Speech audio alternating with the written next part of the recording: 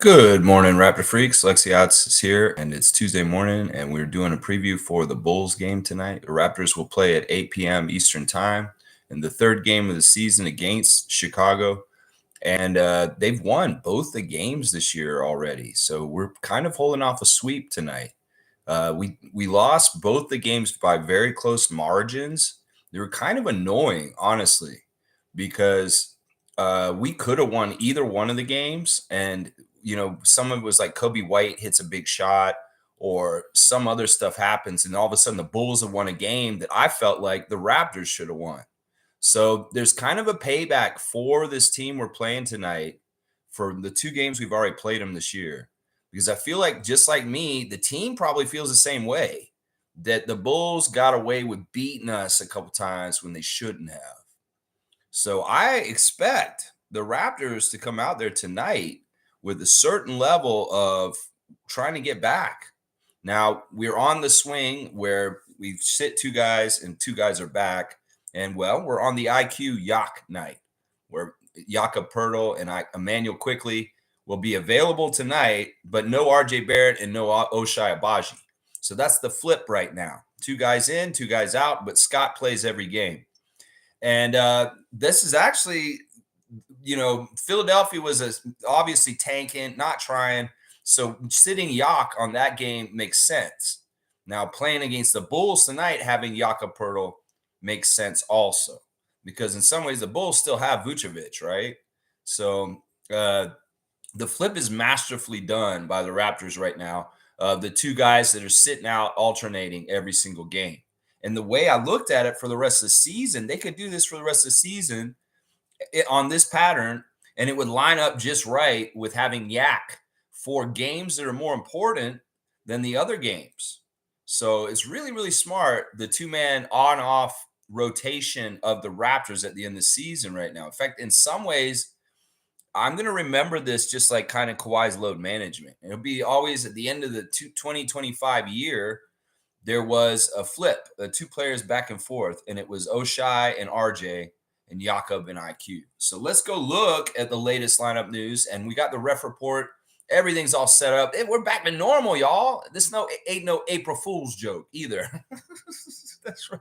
We back to normal. I'll be back on my streak again. Appreciate everybody putting up with the technical difficulties the last couple days. It sucks. All right, here we go. Oshai Abaji, as I said, will sit today due to rest because he played the last game. Jared Rhoden is questionable for today's game. He has a hand injury, but he is with the big club because 905 season's over. So Rhoden is traveling with the Raptors. We'll see when he gets activated, but it sounds like he may not be playing today, but we'll see. Grady Dick is out for sure due to a knee injury. RJ Barrett's on rest. Bouncy RJ Barrett's going to take a rest day so he can bounce back in the next game that we play. Brandon Ingram is for sure out today also. And Shamshay is out also. So that's the injury list for the Raptors today. I will speculate that our starting lineup for tonight will be Emmanuel Quickly with Jacoby Walter, possibly Jamison Battle, Scotty Barnes, and Jakob Pertl. I think that's probably going to be our starting lineup right there. Is Quickly, Walter, Battle, Barnes, and Pertl should be our starting lineup. Looking at the other side, there is a lot of change with the Bulls. This will be the most weakened that they've been all year when we play them. Of course, they played last night and had a game against, I believe they played the Thunder last night, and they got their butts kicked bad, 145 to 117. So it was a high-scoring game. So they're going to be tired. And not only that, they are traveling because they were in Oklahoma City last night. So it's not a home and home back-to-back for the Bulls. They had to play in Oklahoma City, and they traveled back to Chicago last night to play us tonight. So they are in trouble with the back-to-back. We've had a day of rest. Kevin Huerter did not play last night. He has a right thumb sprain. There could be that they were holding him out for tonight, but maybe the injury is bad enough that he's going to be out today too. So we'll have to see. The sharpshooter Kevin Huerter is out. Lonzo Ball is ruled out. He is out for sure. It's a wrist injury. EJ Liddell was out last night due to illness. We'll see if he's healthy enough to come back and play tonight. Trey Jones has a left foot sprain, and he will be evaluated in weeks from now. reported by Chuck Swirsky. I love that. And then Ayo Desuma has been actually shut down for the season, guys. He had season-ending surgery on his left shoulder just earlier this month. So yeah, there's a little bit of changes since the last time we seen the Bulls. With they have less personnel right now, but they do have very key, important players that have been playing very well for them recently. And I'm going to speculate that the starting lineup for the Bulls tonight will be Josh Giddey. Excuse me. Let's say Javon Carter, Kobe White, or maybe no. I bet you they'll do Josh Giddey, Kobe White, and then they'll put like Patrick Williams, Matas Buzelis, and Nikola Vucevic. So Vucevic, Buzelis, of course, Buzelis has been playing really, really well at the end of his rookie year. He's a force. And of course, Kobe White, a threat, hitting big threes, big headache for us in the other games when we played him. And Josh Giddey with the big game winner from half court and playing at a very high level for the Bulls, looking like a really good piece for them. So the rest of the team for the Bulls right now is Dalen Terry, Zach Collins, Julian Phillips, Jalen Smith, Talon Horton Tucker, and Jameer Young. Somebody's car alarm's going off outside. Yeah, I'm in the city right now. I'm not at my house. I'm not in a city. I'm in the city. I'm not in the city. I'm in Bradford, which is a weird little town up here in Ontario, right here. Yeah. So yeah, that's the latest lineup news for the Bulls. I expect Josh Giddey, Kobe White, Patrick Williams, Matas Buzelis, and Nikola Vucevic to be starting for them. The ESPN matchup predictor is giving the Raptors a 54% chance to win this game. And the other side's got a 46% chance. So we are favored to win this game in Chicago tonight, which is interesting to me, considering that, they're at home, but they are on the second night of a back-to-back. All right, let's go check the refs, guys. The refs are interesting, too. We got two refs that we just had last week, once again, like very quickly, once again. In the replay center tonight in Secaucus, it'll be Brent Barnecki, the lawyer, John Conley, Fred Van Vliet's little bitch, and Brandon Adair, a very nice ref that I like a lot. And in Chicago tonight, at the Bulls game tonight for the Raptors, the crew chief will be Curtis Blair. We just saw Curtis Blair last week. He's great, from Roanoke, Virginia, number 74 in his 17th season as a referee. His favorite TV show is Dexter. He likes the movie Grease. He listens to Casey and JoJo. He eats lamb curry.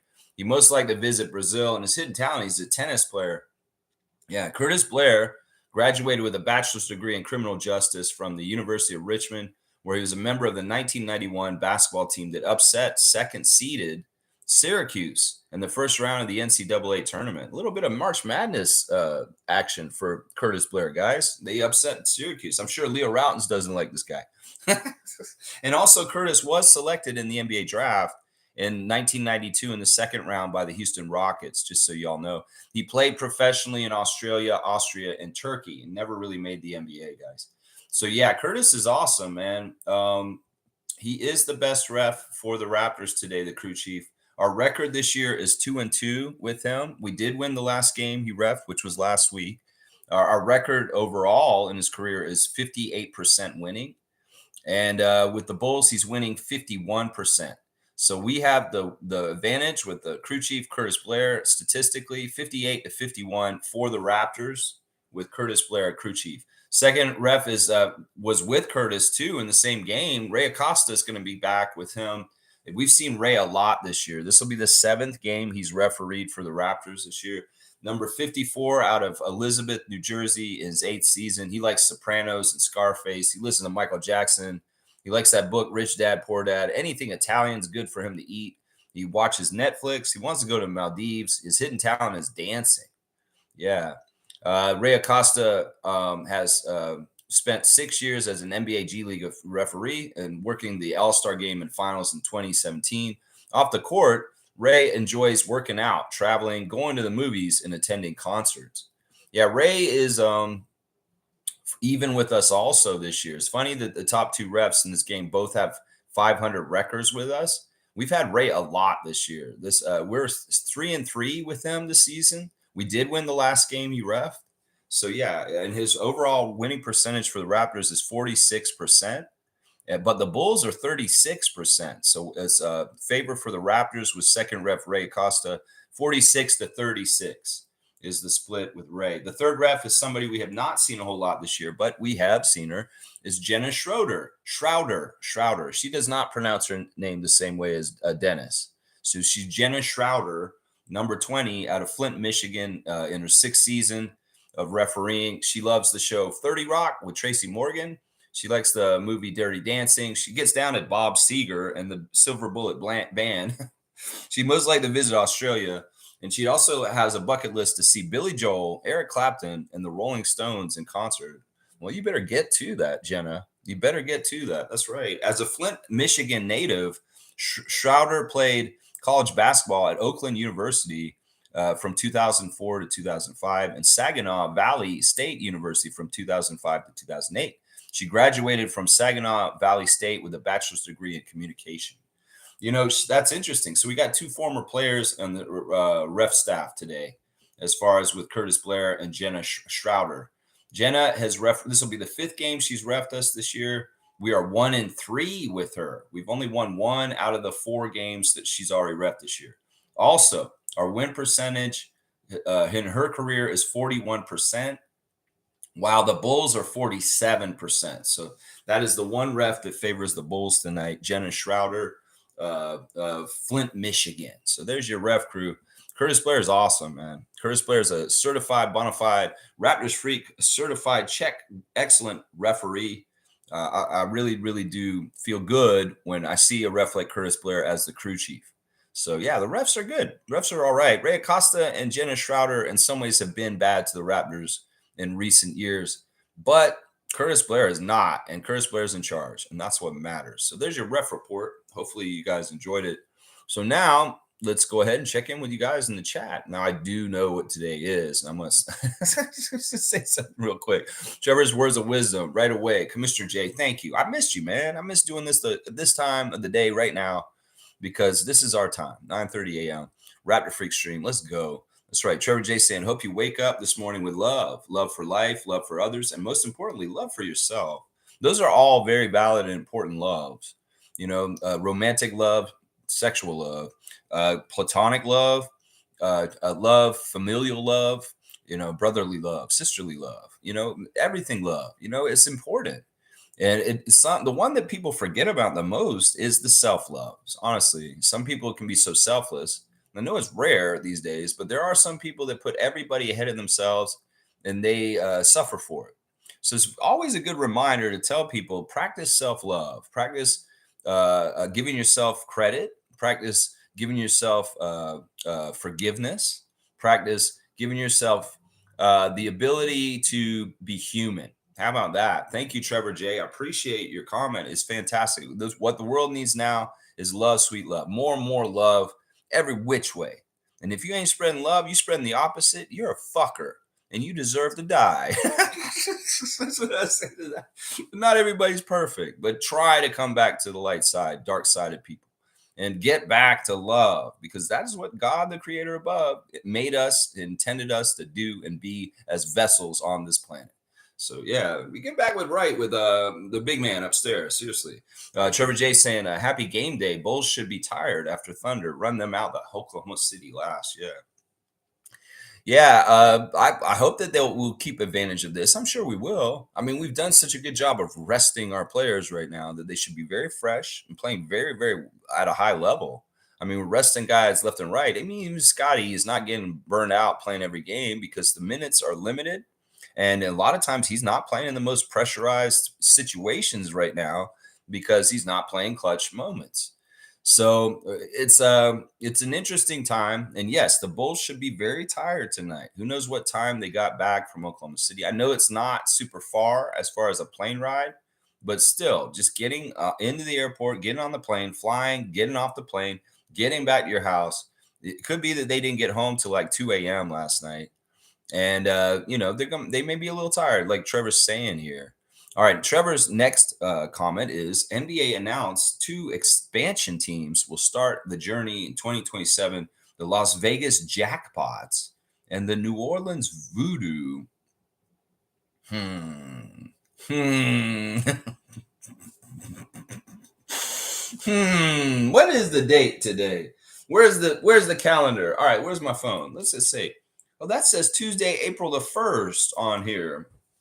And you know what? It's before noon. Trevor J. You might have fooled me with the first team, but when you said New Orleans Voodoo, I was like, well, but wait a second, Trevor. Doesn't New Orleans already have an NBA team? Why would they expand to a market that's not even doing that well with the second team? So if you're going to do an April Fool's joke, make sure it's more plausible. How about that? New Orleans Voodoo? Come on, man. Come on, man. You almost got me. The Las Vegas Jackpots. What a horrible name. Oh, Trevor, I see what you tried to do there. Was that your joke, or were you really reporting that because you saw it somewhere? Seriously. Thank you, TJ. Thank you. Tristan's appreciating the April Fool's joke right here. That's right. April Fool's, Trevor.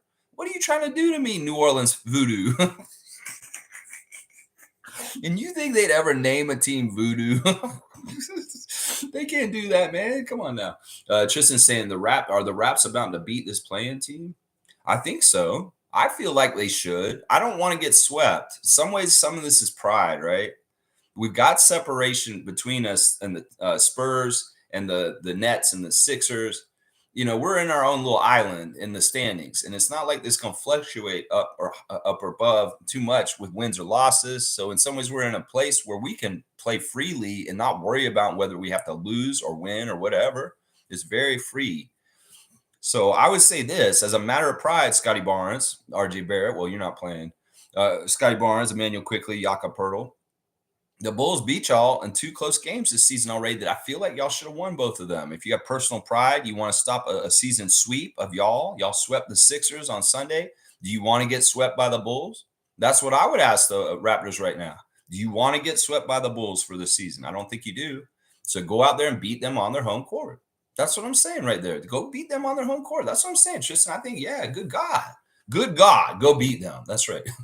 Kareem's here. Kareem's saying, hey, Lex, hope everything is good, bro. What's happening up north? Is it similar to 2013 in Toronto? First of all, I have to say, I don't think I was here for 2013. I think it was in Florida at that time living. So I can't remember this event. But if you're talking about like an ice storm where it was taking down power lines, yeah, that's what it was.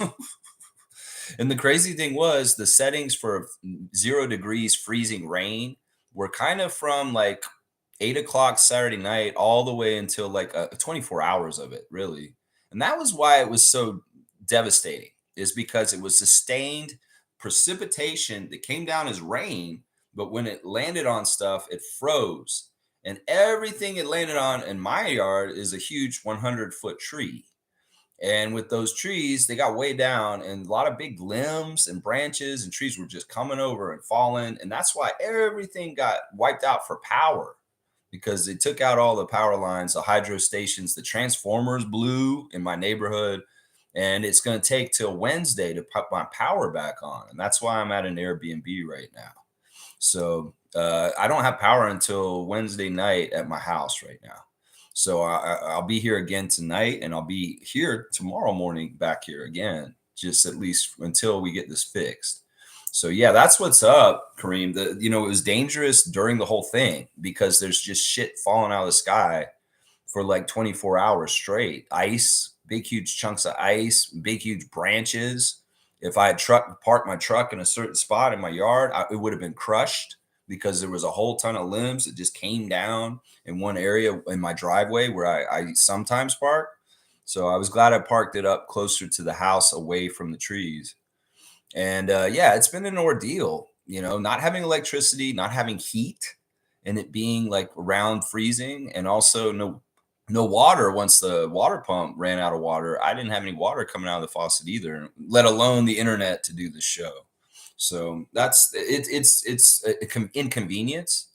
Not really any severe damage to my property, just some trees that lost limbs, and thank God nothing hit the house and nothing hit the truck. So yeah, nothing hit me. I was even out there trying to clear stuff, and stuff was still coming down. So it's a little crazy out there, but everything's dried up, frozen off now. It's like all the trees are free now and they're okay.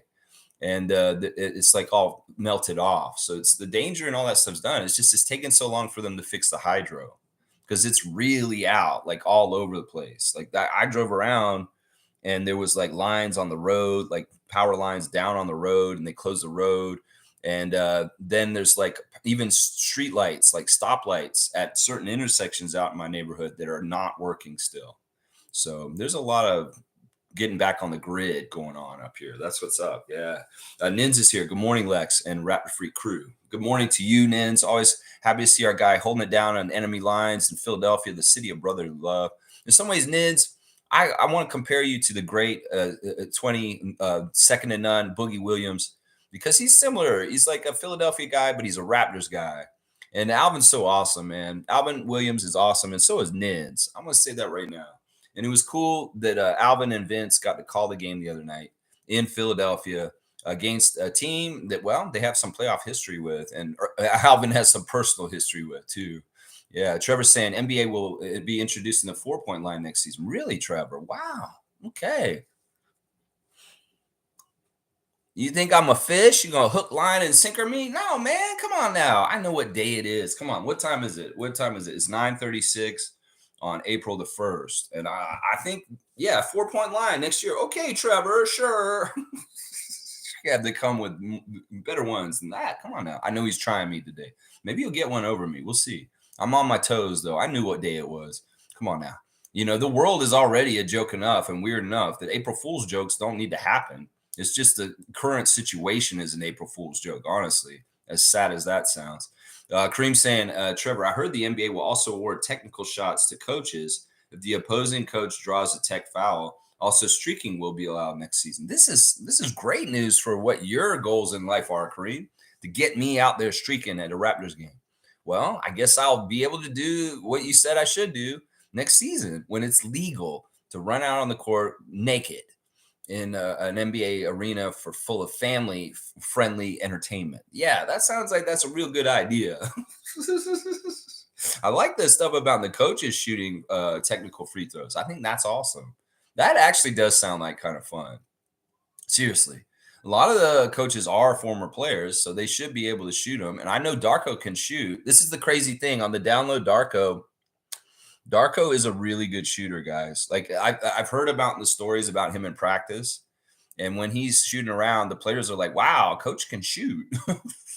So it's like we had to rely on Darko to shoot free throws for our team. He'd probably make them, guys. Just so you know, there's a lot of love out for Darko, obviously because of the extension. I read the quote by Emmanuel Quickly that he said one of the coolest things he's ever done in his life is go to the Paris Olympics with Darko.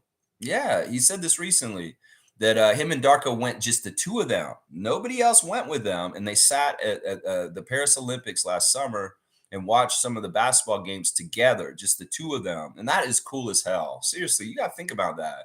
Like to Manuel, he thought it was fun because they were just hanging out as friends, not necessarily player and coach. But also at the same time, they're basketball junkies. I'm sure that they sat there and analyzed whatever Olympic game they were watching, whether it's France or USA or whoever, and really kind of like bonded and connected as nerds about basketball. Seriously, because it's like it's an informal setting. You could see Emmanuel sitting. I remember seeing them at the game together, honestly, at the Olympics.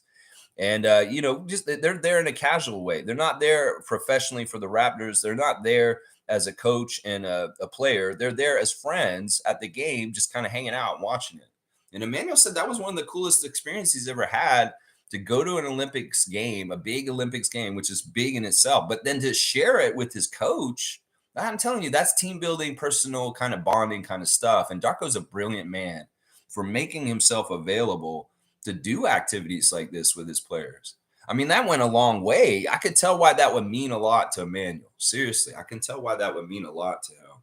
Yeah, let's see. Carlo Kaloy's here. Good to see Kaloy. Morning, Lex from Raptor Freaks. Good morning to you, Kaloy. I hope you're doing very well. I hope Santino's smiling and happy and healthy and just having the best life right now, man. I totally love you guys. Wayne saying, morning, Raptor Freaks. Hope you slept well away from home, Lex. It was all right. It's weird. there's a daycare center just outside this Airbnb, and so very early, little kids screaming in the yard. I'm not hearing them right now, which is good. Maybe they're inside for juice and nap time. But yeah, there's a daycare center just right out the window, and they were pretty loud out there right now. This morning they woke me up. It's pretty good. Let's see, Randolph's here. Good to see Randolph Phillips, of course, one of our words of wisdom. We love you, Randolph. Hope you're doing really well today. Lex is powered up again. Yeah, I'm back, baby. That's right. We back, baby. What to do, baby? That's right. Blessings, beloved Raptor Freaks, most informative gang. You are where you are to break through any barrier in front of you. Well, that's apropos for me. It's like I got to break through the barriers to get to the internet, just to be able to say hi to you guys and make sure that I keep my streak alive of over 3 years of doing this show every single day. And I appreciate you, Randolph, so much. Blessings to the Phillips family and all the Raptor Freaks families all the time, man. In this world, we need each other in community more than ever. And looking out for each other is the way of God.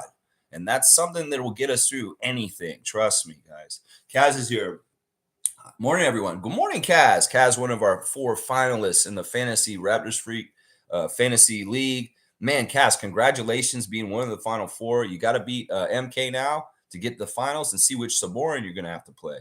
So good job, Kaz. In your first year of playing Raptor Freak Fantasy Basketball, you've done excellent, and you're in the championship bracket still, man. Smooth saying, "Hey, good that you're back. I was worried. Hopefully by Wednesday, Thursday, you're back at home." Yeah, I should hopefully be back tomorrow night. We'll see. Hopefully, if I have to stay one more night here, I might. But we'll get the update from Hydro. They're projecting that my power will be back on at 9 p.m. Wednesday night, April the 2nd. And that's been out since 9 p.m. Saturday of this weekend. So, yeah, it's been an ordeal. I hope my fridge food is okay.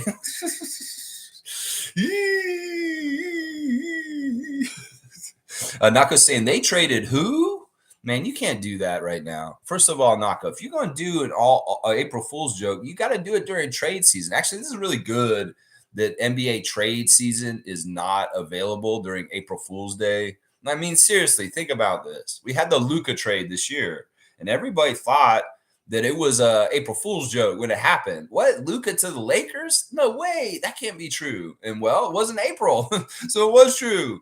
But if it happened today, like if they announced that Luka Doncic was traded to the Lakers today, people would probably think it's an April Fool's joke. Seriously. That's how crazy that trade is to me. And, that's a good thing that they don't have trade season during April Fools. Oh, Nako, I see what you're trying to do right there. Fiercey's here. Good to see MJ. Good morning, fam, and happy game day. As today is April Fool's Day, I will not believe anything I read. This is very, very smart. Critical thinking is a must today because there's going to be stuff coming at you that may sound really cool and awesome, but you may need to do some research first. There may also be some things that are like kind of like, what? This doesn't make sense. This is weird, but it's like total bullshit. Just so you know. MJ, always good to see you. Holding it down for us over in Quebec and Ottawa. We love you, MJ. And we hope that Fiercely Salsera Jr. is doing great too. Trevor saying Darko went to IQ's uncle's funeral last year. Well, a lot of them did. A lot of the guys went and were there for Emmanuel when his uncle died at the end of the season last year and showed support for him. You know what? I want to do the Instagram stories because I forgot to talk about something last night on the Instagram stories when we did them last night. So there's some stuff I want to talk about real quick. Of course, the equipment manager Andrade is the MVP of all the stories right now. Chris Boucher's got him on there. And then there's a highlight of Chris making a 3. Man, we miss you too, Chris. We want you back out there, but it is what it is. Siakam apparently has a new dance, a new celebration dance that he does. This little shuffle with his hands up. He goes, ee. It's like he did this before when he was a Raptor, right? Well, they're doing it now. And it's partly former Raptor James Johnson's fault. James Johnson, of course, is the old head karate champion of the Indiana Pacers. And, well, he saw Siakam do this little shuffle with his arms like a penguin. And he said, well, I like that. And he's like, you're going to make that your celebration. And now all the Pacers are doing it, apparently. Halliburton talked about it in the post-game interview saying, yeah, Siakam's doing this thing now. I like it. We're all doing it. There's a new celebration in Indiana that Pascal Siakam has spawned, one of our groats. We love that guy. We love him so much. All right, let's keep going. There's Shed talking about that. But now, this is the thing I wanted to talk about. Now, a lot of the Raptors are celebrating Scotty right now. And not only Scott, Bruno Fernando's celebrating him, a lot of people, because Scotty, you know what Scotty did? He did something very, very awesome and amazing. Scotty heard that there was a school on the brink of closing because finances and they could not stay open. Well, Scotty came in and gave him a generous donation, and he has saved this school. And it's like not even just his teammates putting on blast for this. Kelly Olynyk has come around and say, for the kids, Scotty, you're a good guy for doing this. He's a lot of them people have reposted this news story about Scotty saving the school, including former teammates Bruno Fernando and Kelly Olynyk. But it's also up on IQs.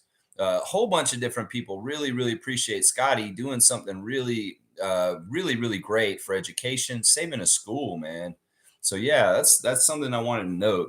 I'd heard the news about this Scotty doing this recently, and I kept forgetting to mention it. So I wanted to do it now. Scott, man, wow, good job, man.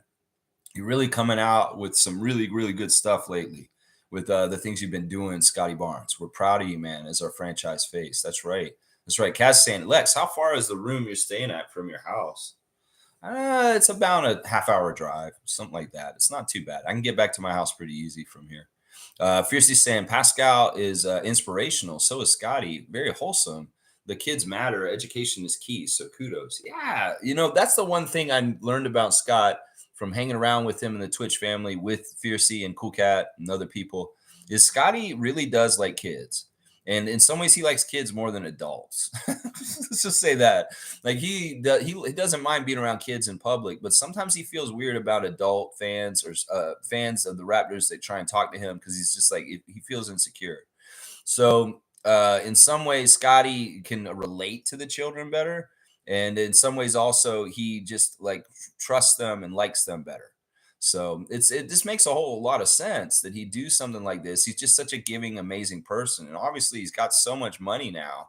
In some ways, he has some real financial power to make a difference for people's lives like this. So kudos to you, Scott. This is a big deal. In some ways, it's like Darko with his assist program for the hospitals, sick kids, and the hospital in Memphis and Serbia. There's a lot of giving back, and Emmanuel did it recently too, was setting up a foundation at his old high school in Bel Air, Maryland.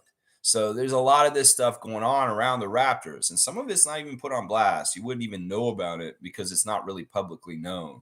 So that's the one thing. It's interesting because I'm reading this book, Blackball, about how black players and NBA players in general wanted to fight for the ability to earn a pay that's worth their salary, worth what their skills are and what the owners make off of them playing.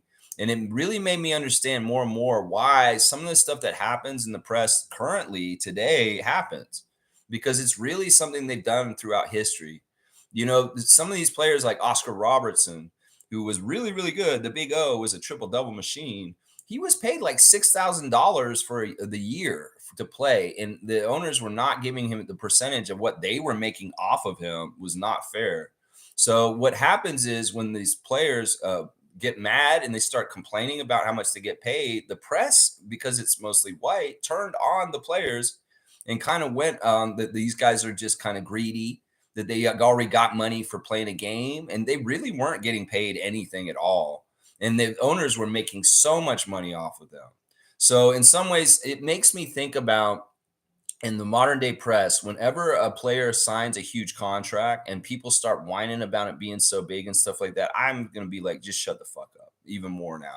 Because in some ways, they would not get paid that much money if they weren't generating that much money for the league and the owners. So it's a very eye-opening book about the struggles with the labor struggles with the players and the owners, because it really shows just how many tactics have been used in the past against the players unfairly. And the press has been weaponized against the players by telling everybody in the public, these guys are just greedy and they're lazy and they don't want this and they don't want that. They want this and they don't want that. And all it's crazy. So be aware of this, because it still happens in today's modern press that players get villainized for being selfish and greedy. And I know on this channel, a lot of the people who are here with me are on the player's side. Like every single time there's a dispute between ownership and a player, I'm on the player's side. I don't care because the owners have always had more of an advantage in taking advantage of the players. And that's the thing we got to fix over time, man. That's it right there. Kaz is saying it's great that Scott did that. I just hope the people running the school use the funds properly so they don't fall into the same situation again. That's not too bad of a commute for you. Yeah, it's not. I'm not going there until it's the power's back, though. I've got everything I need right now here, and I'll come back there when my neighbor tells me the power's back on. So I'm not going back there for a while. Yeah, I mean, we don't know the situation with the school, so we can't just presuppose that it was poorly run and that's why that happened. We can't presuppose that, Cass. It could very well be that they had funding that they were getting and it got cut off because people decided to be jerks, like the people that are running the U.S. government right now. Because there's a lot of this that's going to happen. They're cutting off funding for all kinds of stuff that's very important for society. And well, this may be one of the places where, like a school like this, Scotty feels like is important. He wants to help out. You know, I wouldn't presuppose that it's mismanagement. I would suppose that it's cutting of funding that's the problem, and it's not really that somebody was an idiot and they ran it to the ground and they'll just do it again. I don't know. I don't know. Fiercely saying, see, that's why we can't suppose like against the school. In some ways, this is just like the player ownership thing that I was just talking about. The small potatoes is the school. The players are the school. The workers and the union are the players. And the school is the union. We're all the small potatoes. The big thing that's above that's supposed to be helping or be in charge is the enemy. And that's the government. And the people that are not wanting to fund public services anymore because we need them. We need fire. We need police. We need hospitals. We need housing. We need water. We need all the basic necessities society needs. And why do billionaires want to cut the funding for all this when they're not going to be affected by it, but everybody else will be? It's evil. It's insidious. And I wish it was an April Fool's joke.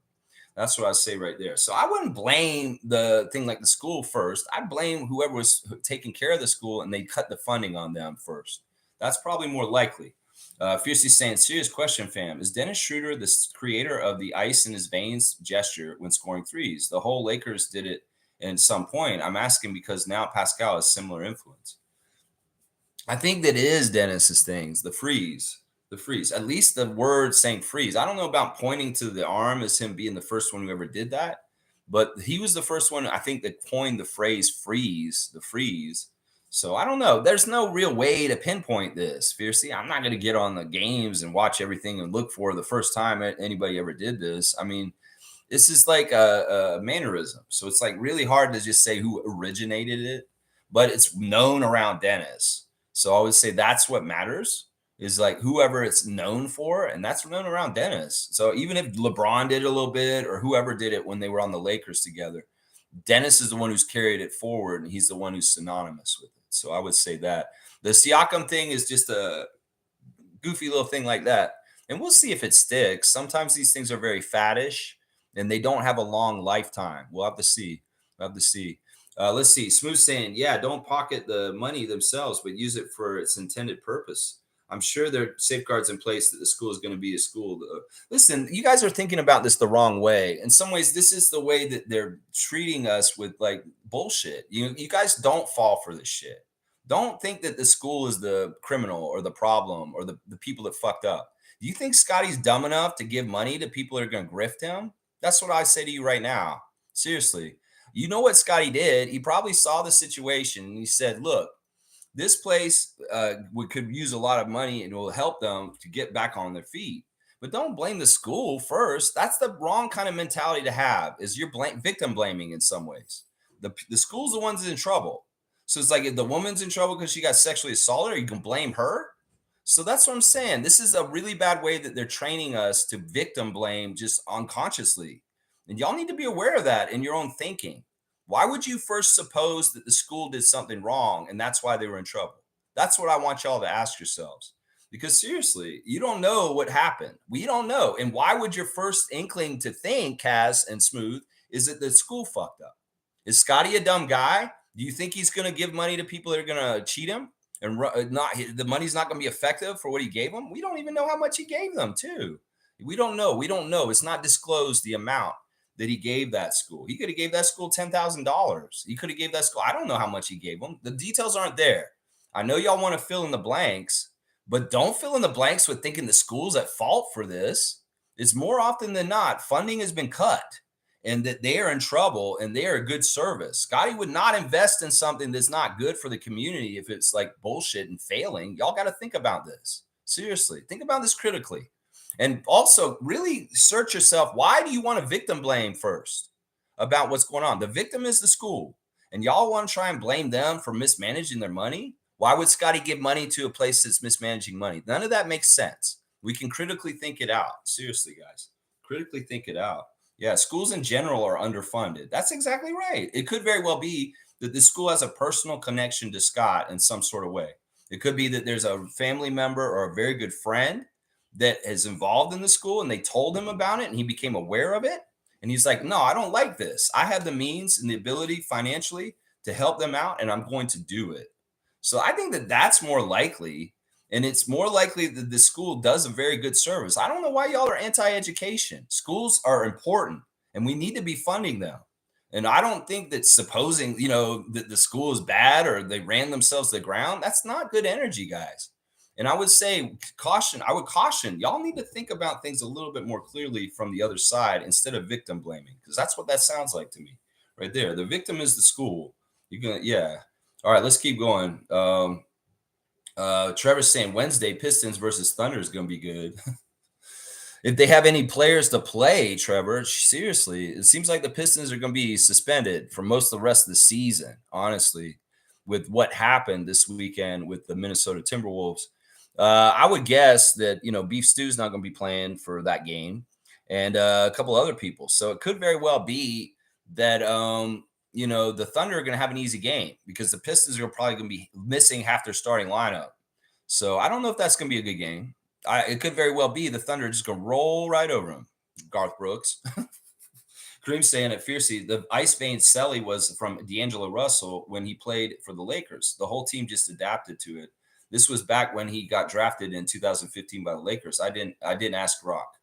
I asked my wife. She's better than Google. Well, this may be true. Actually, this does kind of sound true. But of course, in some ways, I don't know if D'Angelo is still doing it. I think he does still do it. Of course, he's in Brooklyn now. I don't know, but to me, it's been more around Dennis. So I think it's just on an individual basis. I relate it to Dennis, but I could see why people relate it to D'Angelo, especially if he is the originator, which he could be. I don't know. But Kareem's wife knows. She knows. Yeah. Nako's saying it's also a school specifically for kids with autism, which is going to take more funding as well to teach the kids. See, that's what I'm saying, y'all. Why would y'all presuppose that the school's at wrong and they did something wrong to be in their situation? That's interesting. Are you sure about this, Nako? Is this absolutely true? Now, don't be doing no April Fools on me now. But that would make sense. I mean, that's nice. Some people would say, "Oh, of course, God's going to give money to a school for kids for autism." Allegations, people. Yeah, whatever. I mean, it doesn't matter. There's no stigma about having autism. Autism is autism. And well, that's good. If that's interesting. And Nako's saying the amount was disclosed. I think it was $80,000, not April Fool's joke. See, that sounds very reasonable. $80,000 could really help a place a lot in some ways. You may be shocked. So that's fantastic. That's good stuff, man. I'm so proud of Scott for that. Really.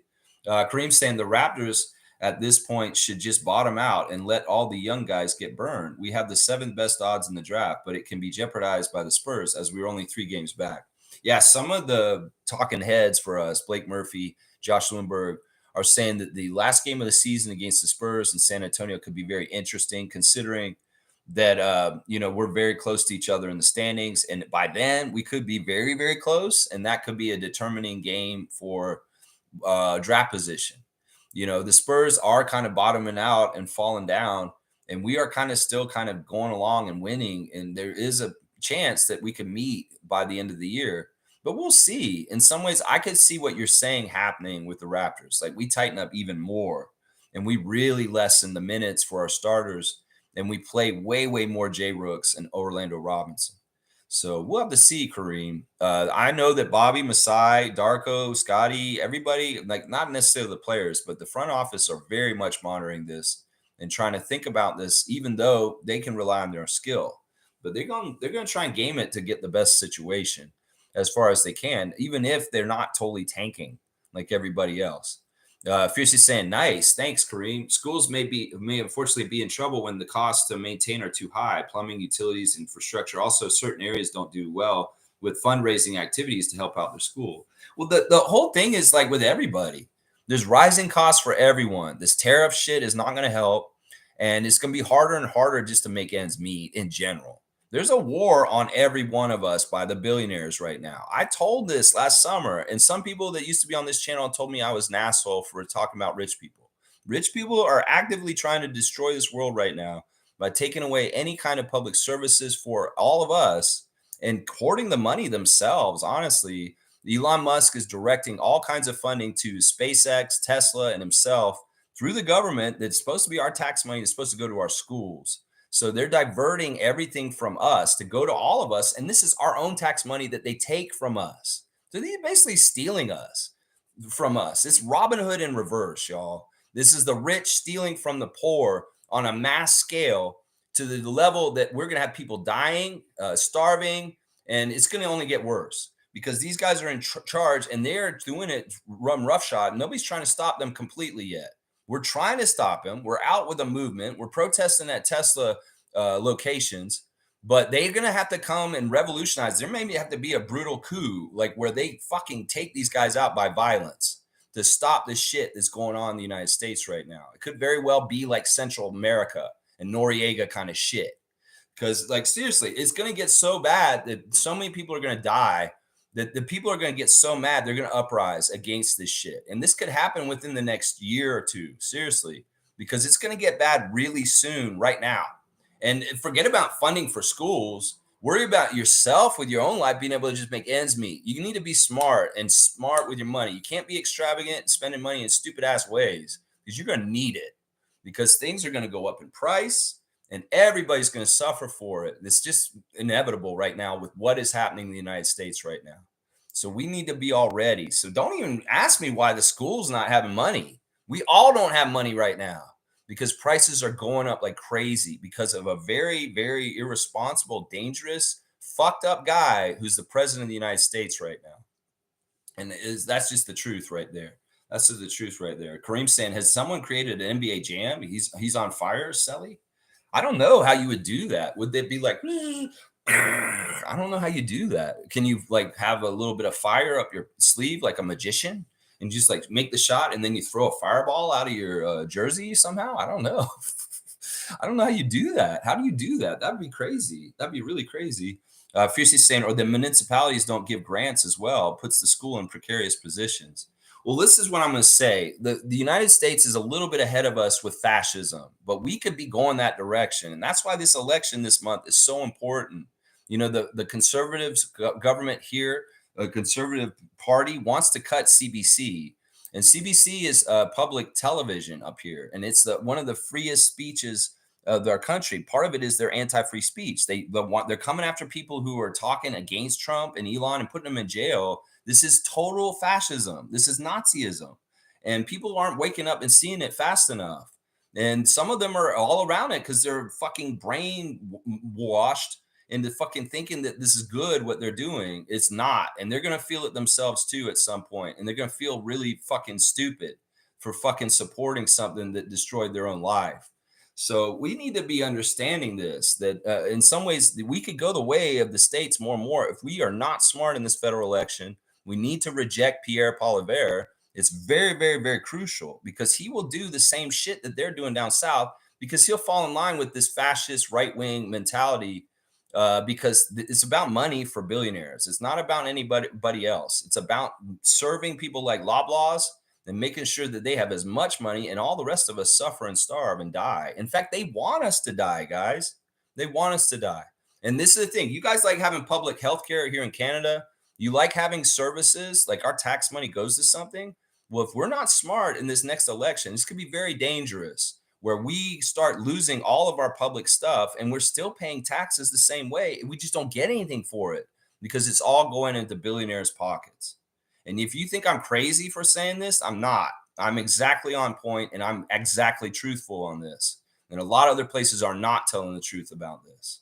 So that's it right there. That's it right there. Anyway, we're doing a little bit of politics today, just a little bit. Trevor's saying, yes, Lex is right. It was 50,000. They say it was right the night of the game when we played the Sixers. Now, he gave it to them like last week. It wasn't just on Sunday night. The news of it came out like last Wednesday or something like that. So he gave the money to the school back then. Yeah, Smooth saying it's the elimination of the middle class. Yeah, that's part of it. I mean, basically, there'll be a very, very small 1%, not even like it's 1% of the 1% billionaire class that's going to live in a very insulated world away from us. There's so few of them. We could fucking go kill all them and fucking fix everything real quick. Seriously. I know I said that out loud, but I mean, I'm serious. This sometimes that's what you got to do is you got to get rid of the cancer. You got to get rid of the people that are absolutely the problem, and then things get fixed and you can go back to being you get the lesson, and you don't allow things like that to ever get to this point because you change the system. And that's what we have to do. Seriously, if humanity is going to survive, if we're going to make it through this in any kind of way where it's fair and just and democracy and freedom, we're going to have to do this soon, because we're slipping into a dystopian future where there's a billionaire class that lives behind an ivory tower, and there's masses that barely even have a place to live or anything to eat. And that's what the thing will happen. The middle class will slip into the homelessness of everybody else. Everybody who thinks, oh, I don't want to go against the billionaires because I'm going to be one myself. Bullshit. You're going to be out there next to the oil drum with the fire, just like the people are already out there, much sooner than you're going to become Elon Musk. So get over yourself and your ego that you tell yourself that. You're much closer to being the street than being a billionaire, all of us. So people need to understand this and stop fucking falling for bullshit saying, well, if I tell them they can't be this way, I'll never be able to be this. Motherfucker, you're never going to be this. You're going to be homeless before you're going to be that. Seriously. And that's just the truth. They do want to eliminate the middle class. They want to make a very low working class of everybody and then just them. And that's where they're working towards right now. Kaloy saying the U.S. has had a chance to counterattack today with an election in Wisconsin and Florida. Yeah, this is important. And Elon Musk is coming there with $1 million checks trying to buy the election. I wish Americans would get more open eyes and seeing like this dude's trying to fucking buy our country. And this is a messed up kind of thing. So I hope that the voters in Wisconsin and Florida vote to say, yeah, we're not for sale, motherfucker. And you're losing these elections, even if you're trying to come at people with $1 million checks. The thing is, he had two $1 million checks that he was going to give to two different individuals. That's what he gave to them. It's such bullshit. Such bullshit. It's such a publicity stunt. And it's so fucking, in some ways, this is a thing. And somebody said this recently, and I believe it. You know, some of this shit that's happening right now has always been happening. It's just that they used to do it behind the back doors of government. And we never used to see it. Now they're so arrogant about it, and they think that they can just do it, and they don't think they're going to get any repercussions or punishments or troubles for it. They're doing it right out in front of us now. And they don't even they don't even care about hiding it anymore. That's the audacity of these motherfuckers right now. Seriously. Seriously. Yeah, let's see. Let's see what's going on here. Carlos saying all Pierre Poilievre has are tax cuts, and with that, he will also cut a lot of our benefits. It's called "You Are on Your Own" policies. Yeah, we don't need that right now. Seriously, especially because the states are worse and worse because of this. I mean, this is the thing. The biggest thing is the healthcare. We have a public healthcare system that's awesome. And the only reason why the conservatives want to destroy it is because they want to make money off of us, off of our blood, sweat, and death. And honestly, that's immoral to me. The fact that we have a system that works up here that is doing fine for us. They try to say it doesn't work. That's bullshit baloney propaganda to try and change the system to say, oh, it's not working. We need to privatize it more. And Doug Ford's fucker for this too here in Ontario. He would privatize healthcare in a heartbeat. He's trying to. That's why you have to reject the PC government, because if you don't, they're going to change the healthcare system here to be like the States, and we're all going to pay like $10,000 hospital bills soon. Think about what I'm saying. Seriously, that's what they want to do. And that should be enough alone right there to reject the PC government and that party, because they will make you pay out your ass, just like the U.S. government is doing with their healthcare system to people down there. We can't afford that. None of us can. It's fucked up and wrong, and it's immoral. And people will die. In some ways, the leadership of the right wing right now is immoral. It does not care about people or lives and does not care if anybody dies. They're all about people dying right now. And if people can't see that, it's messed up, man. It's messed up. Wayne's saying, no joke, Canada is the most important country right now. We're right beside the devil of a man leading a country with awesome power. We have to put up not physical opposition, but intellectual fight. Yeah, Yeah, and we can be very creative, and we do have a lot of strengths. We do, but it is scary because in some ways the military might of the United States is scary. But the other thing we have to also remember is a lot of the United States people do not like anything this Trump is doing, and they do not support invading Canada or doing anything crazy like what Trump is overtures are kind of saying. And we have other allies around the world that are going through the same thing right now. They're treating France, Denmark, Norway, Japan, England, everybody very shitty.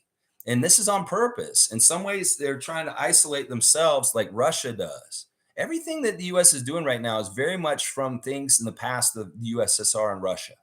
And if you want to know what's going on, you can look at what Putin did with his country over there and know that Trump is doing the same damn thing with his country now. And in some ways, they need to kick his ass out. Seriously, they really do. Yeah. Let's see. G saying it's true. That school helped kids with autism. Absolutely. So that's what I'm saying. Why fucking go after the school first? That's the wrong action, guys. In some ways, you got to check your brain and process. The first logical thing you come to about Scotty saving a school is not the nice story of Scotty being a good guy. It's like, why the fuck did that school fuck up and have to get help? That's some bad programming. And that you guys are susceptible to getting the right wing kind of ideology in that way, just so you know. Just so you know. And it's not right. It's not right.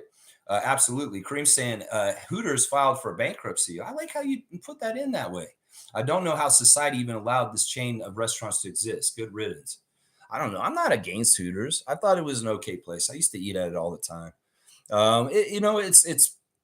I used to take people to Hooters here in Toronto downtown and say, if you ever want to know what it's like in Tallahassee, Florida, just come to Hooters. I'll show you. This is the vibe of Tallahassee right here. It's Hooters. Yeah. I don't know. I'm not upset about this. I'm not against Hooters either. I mean, it's an interesting restaurant. It had an interesting idea about it, but it's just a restaurant still. Troy Henry's here. Blessings among all. Game day winning, baby. Winning mentality is a real thing when you mention the Raptors. Let's go. That's right, Troy Henry. I'd love to see Raptor Freak Troy Henry back in the chat. Yeah, we'll play the Bulls tonight. Let's stop the sweep and let's get one at least against the Bulls this year and be 1-2 against them for the year. There's only 3 games against them, and they already won 2. So they've won the season series, but we don't want to get swept. So we should beat the Bulls tonight. Trevor's saying, you guys mess wrong only 2 types of people, the wealthy and the poor. Which side do you want to be on? That's right. That's what I'm saying. But I'm just saying, listen, you know what? Which side do you want to be on? Bro, I'm the kind of person, I'll say this, Trevor. Everybody's got to come up with me. That's part of the problem here. It's like, look, I'm fairly wealthy.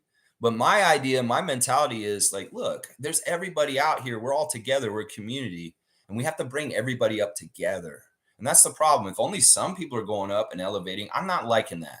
Because what's the difference between them and them? We're all humans. So it's like you got to pick a side between the wealthy and the poor. I mean, seriously, we should all be kind of equal in a way that we can take care of ourselves at least. And then there's some stratification going up as far as like you're this wealthy and this wealthy. But the inequality in wealth right now is stratified so fucking extreme that, there really is a huge parasites of people like Elon Musk in this world that are draining billions of dollars towards themselves that really honestly could be utilized better, like what Scotty Barnes just did or other things like that. Like, listen to what I'm saying. We're paying taxes. The people in the US are paying taxes. And instead of their money going to hospitals and schools, which is something they could use, it's going to Elon's space dream and SpaceX and bullshit like that.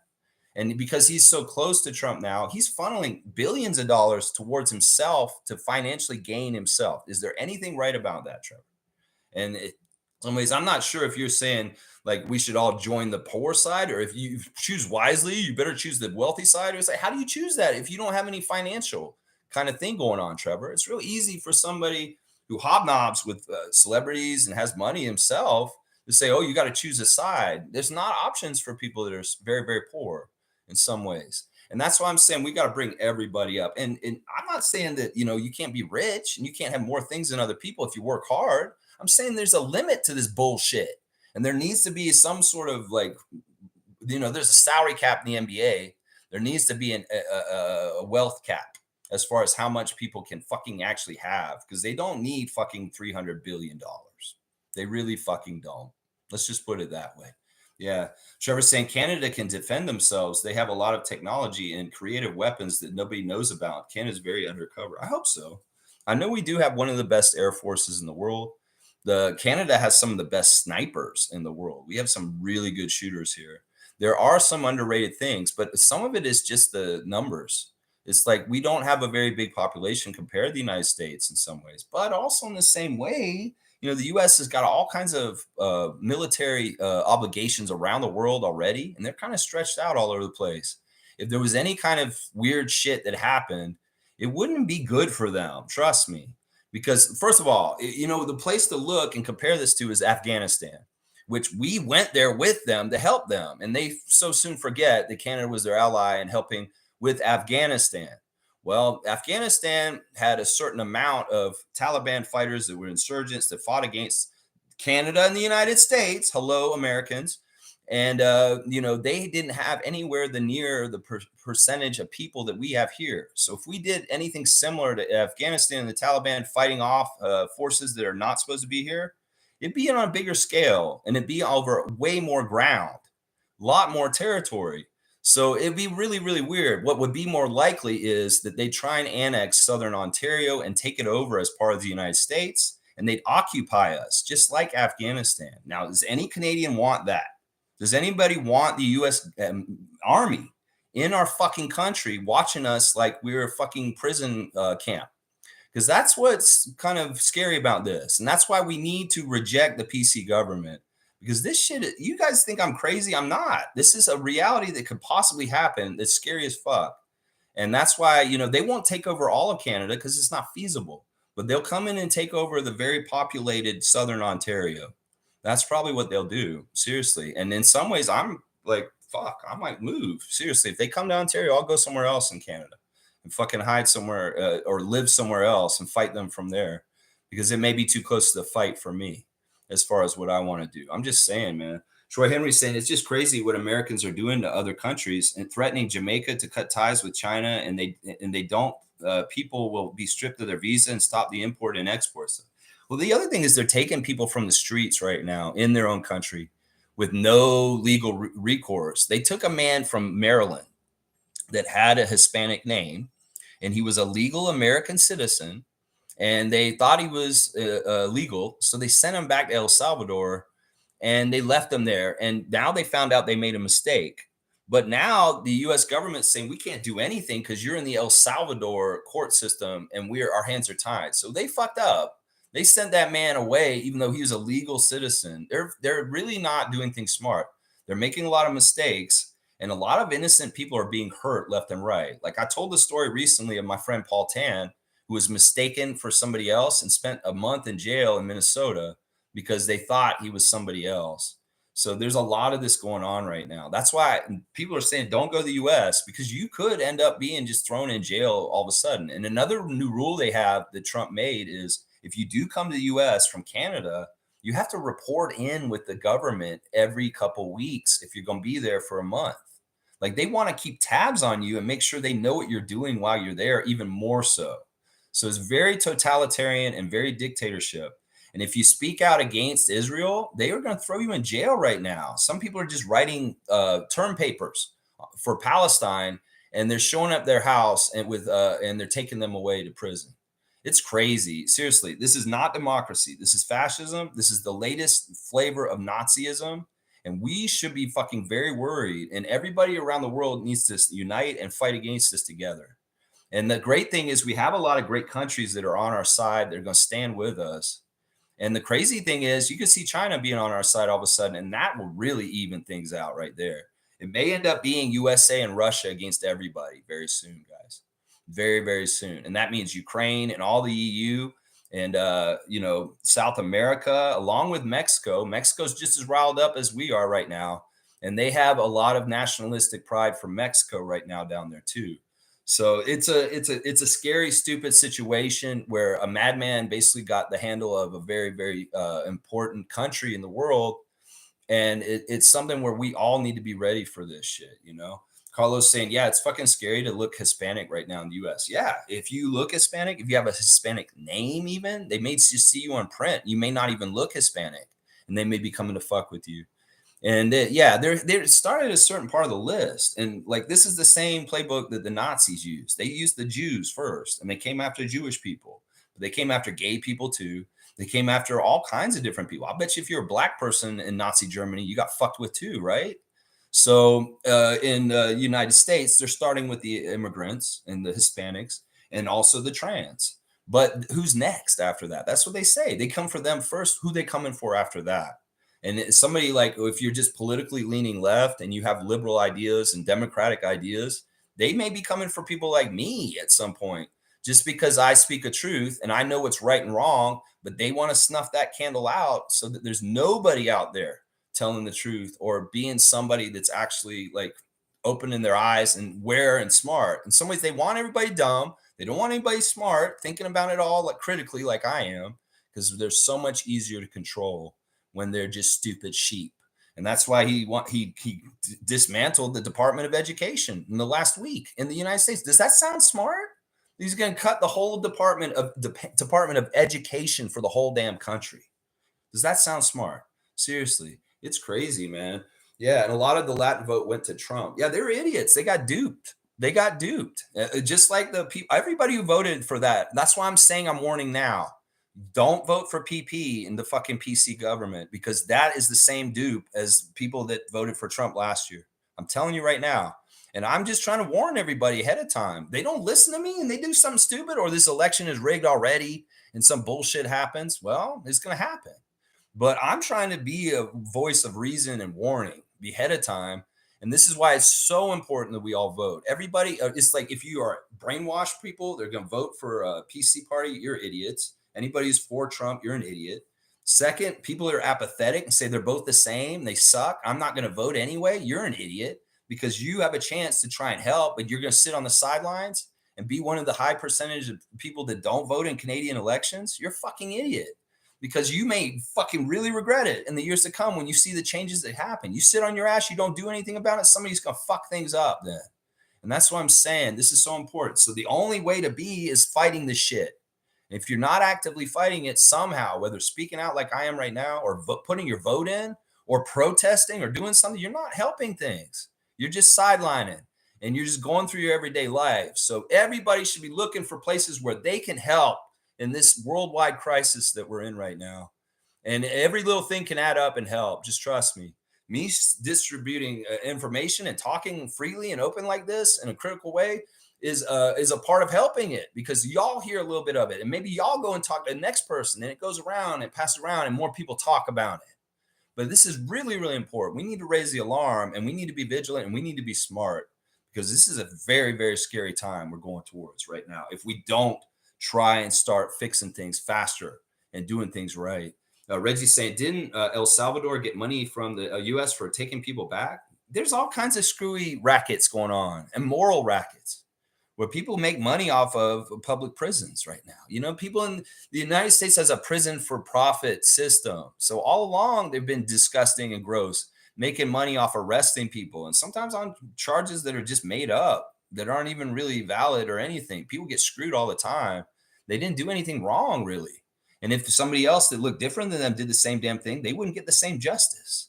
They would be okay. That's part of the problem. That's part of the farce and the crazy ass shit. The very racist U.S. justice system is that there's a proportionate more of charges towards certain people than other people. And some people do the same damn crime and they get totally different things. And some of it is that there's quotas for the prisons. They need a certain amount of people there. So the law enforcement's arresting people willy-nilly on purpose because it's a business, y'all. That's fucking immoral. Running prisons for business, people's taking away people's freedom for your own profit. Those people deserve to burn in hell that fucking profit off that shit. That's what I'm saying right there. Troy Henry's saying World War III in the making. That's crazy. Yeah, and it sounds like we're going to be one of the primary players, and we should never have been this because we're Canada. And we're a beacon of light and joy and happiness in this world, and people love us. We're very popular around the world. The U.S. is not. And in some ways, that's going to be one of the things that's an advantage for us is because we were not the person that started this. In some ways, we're the person being picked on right now, and they're a bully. And people don't like that shit. You know what I'm saying? So yeah, Trevor's saying lots of people here in the United States feeling it right now for making a dumb decision. Yeah, the financials are really awful. The grocery prices are going to go up. All kinds of things are going to go up, and the rich don't care. They're going to fucking profit from it all because this is the racket. They put money in the stock market and they make money off of the higher prices. And they wanted things to be hard for people. They want people to die. They want people to starve. They want people to lose their houses. They want people all that shit to happen. They don't give a shit. They only give a shit about making more and more money. That's the only thing Elon cares about. Seriously, guys. He doesn't give a fuck about anybody except for himself. Just so y'all know. Let's see. Cool Cat's here. Good morning, Rat Freak Crew. Glad that your power has been restored. It is not. I'm not at home. Where do you think I am, Cool Cat? I'm in an Airbnb. My power won't be restored till Wednesday night at 9 p.m. Apparently, that's what they're saying. So no, I'm not home. My power is not restored. I am at an Airbnb that I've rented for a couple of days because I got sick of not having heat and not having water and not having internet. So, and I wanted to keep my streak alive. Yeah. Trevor's saying all the people who voted for Trump crying right now, losing jobs left and right and center. Yeah, they're idiots. They're dumb. And that's the thing. These guys are fucking liars. That's what I have to say. Look, the right-wing parties on this continent right now have two things they do. They fearmonger and get you all keyed up to hate people because you get you all mad, like idiot that used to be here, cowboy.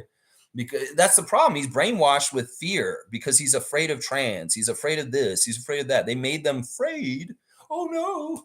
And then they key on that all the time. And they got them all tuned up to be like rageaholics and get all angry. Even if you're kind of like supporting Justin Trudeau a little bit, they get mad at you because they're so turned up and trained like this. And then the other thing is ignorance and lying. Like seriously, the right wing party is not telling the truth ever. When they tell you stuff like, "Oh, I won't cut taxes. I'll cut taxes. You won't see increases in pay. Oh, I'm not going to use the green belt. I'm going to try and stay away from it." You know, and then he does. He sneaks in and he tries to do stuff in the green belt. Doug Ford. They're liars. You cannot listen to any PC or Republican politician and believe them because they basically say something and they do it anyway, or they lie. So I'm saying anything Pierre Poilievre is saying in his election campaign right now, don't take any of it for truth. He's lying. He is a fucking liar. It's just like Doug Ford is, and just like Donald Trump is too. They're the same species of animal. It's just they're different individuals. And that's what I'm saying. You can't trust them. You cannot trust them. And that's what happened just now in the US election. They lied to these people. They fucking believed them and they voted for them, and now they're paying for it. So why would we do something stupid in this country if we just saw it all play out in south of us here? Like seriously, we just saw the right wing party down there lie through their teeth to the people that voted for them. So anybody who votes for Pierre up here, you're going to have the same stupid thing, except you're doubly stupid because you just saw what happened in the States with the lying from Trump, and you're going to fall for the lies of Pierre Poilievre. That's stupid, man. That is so stupid. So stupid. Cool Cat saying, "Oh, sorry. That's good that you're able to get alternate accommodations. Stay toasty in the meantime." Yeah, it's nice. It was nice to take a shower. It was nice to have heat and not be in. I was like crazy for 2 days. I was living like in a freezing house, and yeah, it was crazy. I tried out to do it. If the power got cut off yesterday, I wouldn't have came here. But they changed it. They're having a really hard time getting the grid back on here in Ontario. So it's taking a little longer for some of the more remote places like my place. So I had to come down to a city and stay in Airbnb. That's why I'm here right now. All right, let me see what's going on with some of the stuff we got to do. Let's do the classic card. Why not? We're at this point. Let's see. Do you want to do this one? No, that one's no. Do this one. Yeah, I like this one. This one's fun. All right, guys. Here's the classic card. This guy actually used to play for the Bulls, so this makes sense. All right, here we go. Here's the classic card. Let's see if you guys know who this is. This is an interesting one. Classic card of the day. Full name answer. Don't half ask me. If you put half his name in, somebody can seagull it for me and take the rest of it. So let's see. Who is that, guys? Does anybody remember this player? This player did play for the team we're playing today before he played for the Magic. So he was actually kind of apropos for today's card because there you go. Smooth remembers. That's Dave Corzine. Dave Corzine. That's right. Brian Scalabrine. No, this is older than that. Look at that mustache on Dave. Dave Corzine from Illinois. Went to DePaul. And you can see by the time he was Orlando Magic, he was already like a 10-year vet. playing for the Bulls, the Spurs, and the Bullets back in the day. Yeah, he was a backup center. He was a backup center for the Magic. He never really was a starter. Dave Corzine's a 200-point card. So I'm going to give Smooth 200 points for getting the old Magic center, Dave Corzine. Yeah, Dave Corzine, not as well known as Mark Akers or maybe even who's the other guy that was there for a while? Jeff Turner. Of course, Jeff Turner is the broadcaster for the Magic right now. He does the color commentary for them. All right, there you go. Good job, Smooth Classic Card King with Dave Corzine in the original Orlando Magic jersey. I love it, man. Blackhawks saying, build your own backup battery system with EcoFlow and solar panels. Maybe. That may be something down the road that I look into trying to do. I have the truck, though. Like I said yesterday, the truck is an emergency generator for me. So I'm going to use the truck if I'm really in trouble. The truck can do a lot for me to help out. Cool Cat saying, congrats to Scotty. He's helping out the kids in the community, keeping their school open. He has embraced his second home as a franchise player. Good for the youngins. Keep grinding. Yeah, I'm really happy and proud of him for doing that. And Scotty's just like that. He's a very benevolent person. And I love hearing that he did that, man.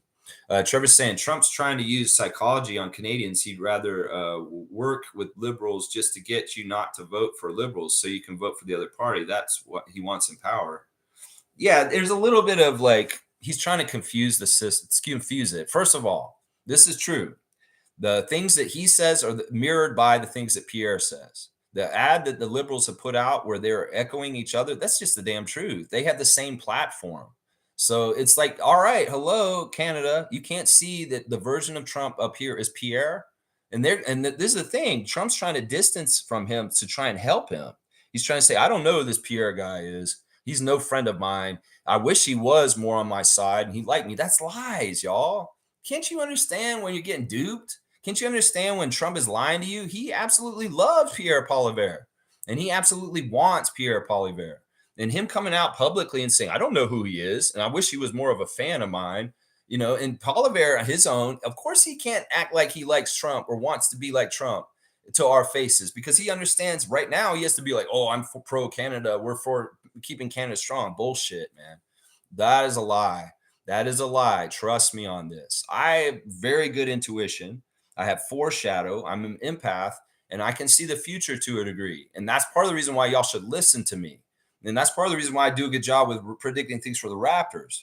So it's like, seriously, don't fall for the shenanigans. And even Trump saying, oh, I'd rather have Carney because he'd be easier to handle. That's bullshit too. Seriously, because first of all, Carney does not have the same ideologies as Trump, and he will fight him. But Poilievre has the same ideologies as Trump. So he's going to line up with him way faster than you believe. And that's what I'm saying. So Trump is trying to do a Jedi mind trick and trick Canadians into thinking that he doesn't like Poilievre, but that's bullshit. That is absolute bullshit, guys. Absolute bullshit. And Elon Musk he has supported Poilievre in the past, and that should tell you all enough right there. Seriously, Musk has supported Poilievre. That's public record. Mark Carney is not perfect. Mark Carney is not a true liberal. He's a very middle party person. He's kind of conservative, honestly. So that should be helpful in getting some of the people who would normally vote for Poilievre to come to their senses and understand to keep Canada strong, you have to vote Carney. And in some ways, he's a lot more palatable because he's not really that left wing and he's not like all about this and this. He's more, and the things that Carney's talking about right now are very important. He's talking about building our country, strengthening it, building our military. And these are great things. In some ways, look, I'm a leftist. I'm very left. I'm beyond liberal. But I'm also a realist and I'm smart. I could be ideologically saying, I don't want to fucking vote for the liberals because I hate them just as much as I hate PC and I'll just vote for NDP. But that's not going to help anything. I understand the lesser of two evils is what's important here and that Carney has the best chance to beat Poilievre. In an ideal world, I'd vote for Singh and NDP. But I know my vote's wasted by doing that. So I will vote for the lesser two evils, which is Mark Carney. And also, in some ways, he's kind of a meeting in the middle between the conservatives and the liberals in this country, because he's a kind of person that actually is very conservative, and conservative people can kind of be behind. So it's really important. In some ways, the leadership decision for the Liberal Party was very, very important, and that was kept in mind. in that. Now, some would say, well, this was a disaster in the States in the last election with a centrist Democrat like Biden and Harris, because they're really kind of like Carney in some ways as far as where they are politically. They're supposedly Democrat or liberal, but they're really kind of more middle, and they're more like in some ways leaning conservative. So in some ways, I'd say in an ideal world, I'd have an ultimately left person that I'd love to vote for, but that's not realistic in this world right now. It doesn't have a shot in the dark. So we got to do how we can to try and game it to win. And winning for Canada right now is keeping survival of our country being what it is, free and sovereign. And that's the only thing people should be voting for in Canada right now. I don't give a shit. You're going to come at me with trans issues. You're going to come at me with immigration issues. Fuck all that. The main issue that is important in Canada is we need to fucking stay strong in the threats that are coming from south of us. And that's the only thing people should be voting on right now. Seriously. And Carney is the best person for this. And Trump will say, oh, he's going to be easy to deal with. He's fucking bullshitting. In fact, he'll say that just because he knows people that hate him will go against voting for Carney because he said that. It's a Jedi mind trick. Don't fall for it. Seriously, do not fall for it. Smooth saying Corzine was a decent player, man. He was better when he was younger. Like on the back of here, it does say that he has like some double-digit scoring, but you can see he was mostly a guy who scored like you can see when he was in Orlando, he only scored less than 4 points. He only played 6 games that season too. But yeah, he wasn't healthy by then in his career around then. But earlier in his career, he was pretty good. I think he was a double-double machine to an extent too. Yeah. Let's see. Blackhawk saying your truck is electric. It's a hybrid. It's a hybrid. It has the electric part to it. Like when my phone was running out while the power was out, I was charging my phone in my truck, and I could even charge a work light that I have, so that I had light at night and it didn't run out. So it was very helpful. Not to mention the tunes and the heat from the truck. It was very, very helpful in the last couple of days. Trevor's saying there's only so far you can push the people before they start pushing back. Exactly. That's the thing. Like, look, in misery and pain, losing loved ones, losing jobs, losing your house, losing things will radicalize people. You know, people in Afghanistan aren't terrorists. They're people that just want to live in their country and not be fucked with. And, you know, God forbid, never ever happens, Canada feeling this the way that the Afghanis did. Because honestly, you'll understand the other side real quick when you're on that side. And it's not about like we're terrorists and we want to fight the US and fuck things up. No, we're just fighting for our own country to be able to live free and not have people fucking around with us with machine guns, watching everything. And, you know, that'll make people radicalized. You know, you see your mother die, you see your kid get killed in some unnecessary shit. Think about all the people in Gaza and the Palestinians, you know, how much misery they put up with. That will make people want to fight and want to hurt the other side and be crazy. And that's what I'm saying. It's like, you know, Canada's interesting because we have people from all around the world here. We're super diverse.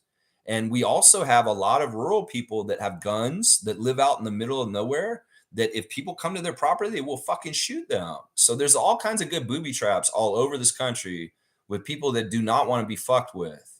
But that's the thing. How crazy is this shit? And would the government, would the army even follow his commands? Because some of the army people are saying already, I'll leave. Some of them are dumb and programmed like Cowboy to be MAGA dumbasses and be like, yeah, I want to go and shoot Canadians and kill them. And they're all gung ho for it. But there's many, many American soldiers that have consciences that are like, this is against the Constitution, and I will not take up arms against my allies, my brothers in arms that fought alongside me in the country of Afghanistan in the last 20 years. So it's a lot. There's a lot to this. And in some ways, we just got to hope that common sense, goodness, and the right things in the world come out. And we got to believe in God that he will carry us through this. Seriously, because it's crazy, man. It's crazy right now. All right, I'm going to go check on Raptors Reddit. Let's see if there's anything new from last night. Of course, I just checked it last night. Let's see what they're saying there today. Scotty Barnes is 13 points away from passing OG Anunoby for 11th all time in Raptors scoring. That's pretty damn good, man. He's also doing it in 123 less games than OG did.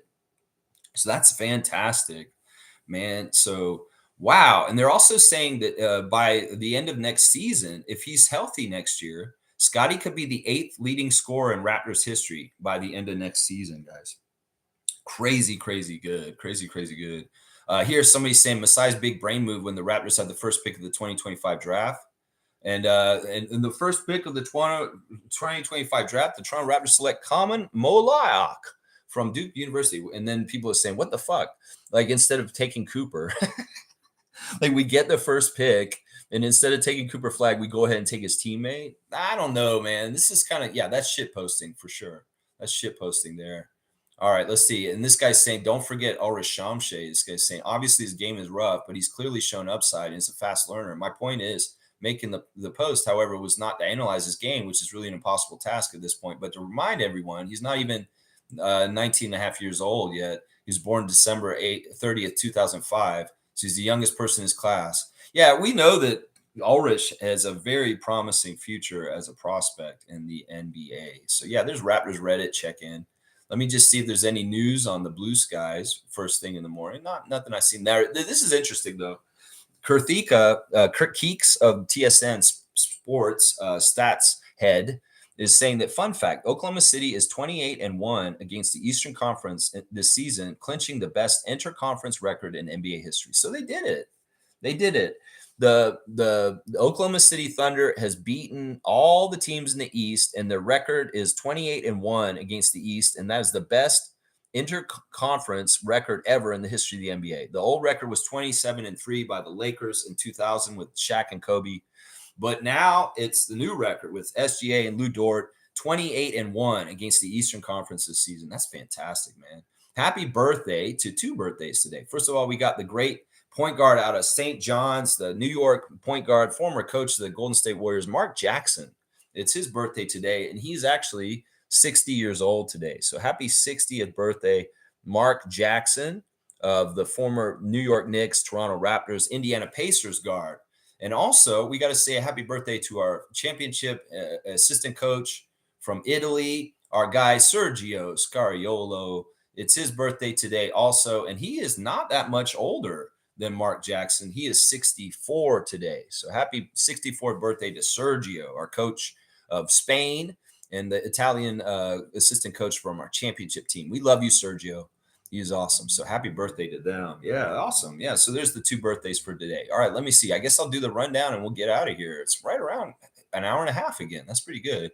All right, so the Raptors are sitting RJ and Oshai tonight. So they'll be out, but Yak and IQ will be back. Jared Rhoden is questionable. Grady Dick, Brandon Ingram, and Shamshay are out. So I'm predicting that the Raptors starting lineup will be Emmanuel Quickley, Jacoby Walter, Jamison Battle, Scotty Barnes, and Jakob Poeltl. Yeah, the ESPN matchup predictor is saying we have a 54% chance to beat the I think it's 54 or 56 to beat the Bulls today. Kevin Huerter is day-to-day due to an injury. Lonzo Ball is out. EJ Liddell is out. Trey Jones is out. Ayo Dosunmu is out also. The starting lineup for the Bulls, I'm predicting, will be Josh Giddey, Kobe White, Patrick Williams, Mattis Buzelis, and Nikola Vucevic will be the player. They did play against Oklahoma City last night and lost. And they will be coming from Oklahoma City to play us tonight in Chicago. So they're on the second night of a back-to-back. Chicago should be a little tired tonight. So we'll have to see. The crew chief for the game tonight is Curtis Blair. He favors the Raptors. He's been very good to us this year. Ray Acosta is the referee. He also favors the Raptors. And Jenna Schroeder is the umpire. She will favor the Bulls just slightly.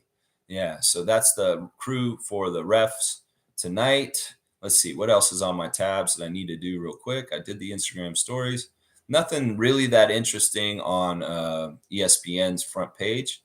They're saying, okay, here's an article about the firing of Taylor Jenkins. And it's basically saying that no one was on the same page on the team. So there were definitely issues between John Morant and Taylor Jenkins and running that team and how they were doing it. So that's no good. All right, y'all check your fantasy teams. I see that Gerald's winning his consolation bracket against Andrew's team right now. And Jason Dukes is kicking my butt because I forgot to set my lineup yesterday. And in the other bracket, it looks like David's beating Peter. And right now, Meredith is beating Trucker Cass. So that's what I see right there with that. All right. Anything else? Oh, I got a new Kensington Variety VIP Club episode out. If you want to watch it on the channel, also in the Facebook group, we've got it posted there. So if you want to see it, it's there to find. There you go. There you go. Cool Cat saying so many injuries in the league. Will we maintain the 7th seed in the draft despite our dubs? Well, yeah, because we got separation, Cool Cat. I actually talked about this a little earlier that we're not anywhere near Brooklyn and Philly at this point, so we shouldn't try to lose just to get underneath them. But there is a little bit of a chance where we might be in trouble with the Spurs if they continue to lose and we continue to win. That the reporters like Lewinberg and Blake Murphy were saying the last game of the season in San Antonio against the Spurs could be a little bit of a game that matters in certain ways because people need to try and get under each other. So hopefully that's not the case. And we have separation from the Spurs enough so that it doesn't matter because we don't want the Spurs to jump underneath us too. So we want to see them win a bit, and we probably do need to lose a bit still in the games that we have left. In some ways, we might lose tonight, guys. Seriously, I know that it looks like we'll probably win. We have favorable refs. They're on the back-to-back. But also on the same token, the Bulls are playing for something. They're not actively tanking. And the Raptors may actively try and lose at the end of the game just to help things with the ping pong balls. So be ready for that just in case, Monique. Just in case. We'll see how it goes tonight. But I think the Raptors will win. But then again, maybe not because they're worried about catching the Spurs. So, all right, y'all. Thanks for watching me today. I appreciate watching the Raptors Freak channel. Please like, comment, subscribe, share, join the channel. If you feel like joining, you can get access to our Facebook group.